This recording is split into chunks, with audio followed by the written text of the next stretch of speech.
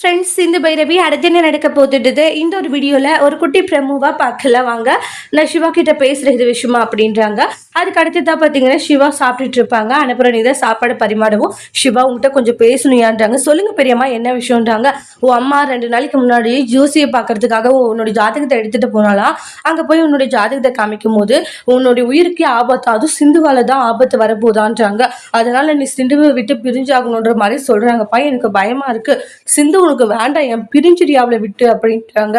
உடனே பெரியம்மா ஜோசியம் ஜாதகம்ட்டு என்னென்னவோ சொல்லுவாங்க காசு பிடுங்கிறதுக்காகன்றாங்க. அதுக்காக அதெல்லாம் உண்மை இல்லை பெரியம்மான்றாங்க.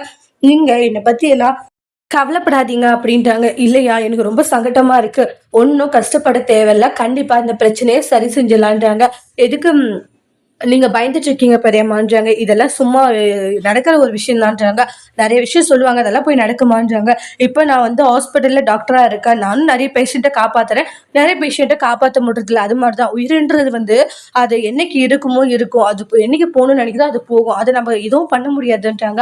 அதுதான் ரியாலிட்டி பெரியம்மான்றாங்க. அதனால சும்மா யோசிக்காதீங்க பெரியம்மான்னு சொல்லிட்டு போறாங்க. அக்கா பாத்தீங்களாக்கா, நீங்க அவ்வளவு சொல்லி சிவா உங்க பேச்சை கேட்காம போயிட்டான். அக்கா எனக்கு என்னவோ பயமா இருக்குன்றாங்க. நானும் சொல்றத சொல்லிட்டு அவன் கேட்கல.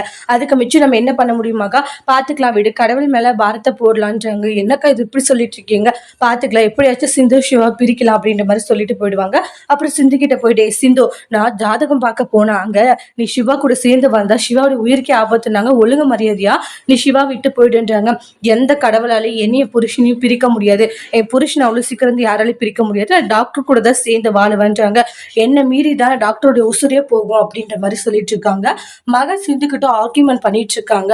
அதோட இந்த ப்ரெமோவை முடிச்சிருக்காங்க. இனி வரக்கூடிய எபிசோட்ல என்ன மாதிரி ஒரு ட்விஸ்ட் வரப்போகுதுன்னு வெயிட் பண்ணி பார்க்கலாம். தேங்க்யூ.